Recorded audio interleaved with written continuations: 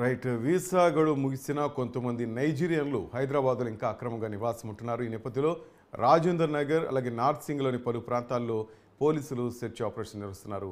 దీనికి సంబంధించిన అప్డేట్స్ మా క్రైమ్ బ్యూరో చీఫ్ కృష్ణ అడిగి తెలుసుకుందాం. గుడ్ మార్నింగ్ కృష్ణ, చెప్పండి.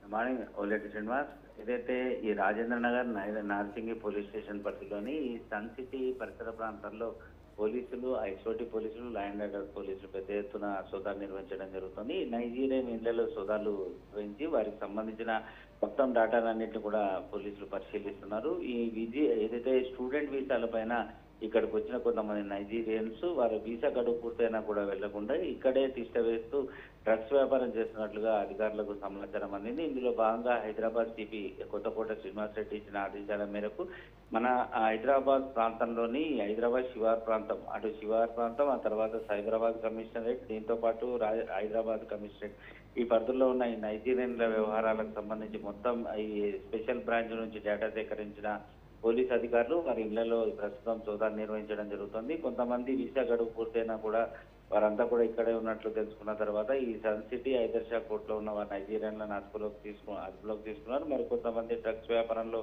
జైల్లో ఉండి ఆ తర్వాత బెయిల్ పైన బయటకు వచ్చిన తర్వాత తిరిగి తమ దేశానికి వెళ్లకుండా ఇక్కడే ఉన్నట్లుగా కూడా గుర్తించడం జరిగింది. ప్రస్తుతం దాదాపు ఉదయం 6 గంటల నుంచి సోదాలు అనేవి ఇంకా కొనసాగుతూనే ఉన్నాయి. Srinivas, right, thank you Krishna.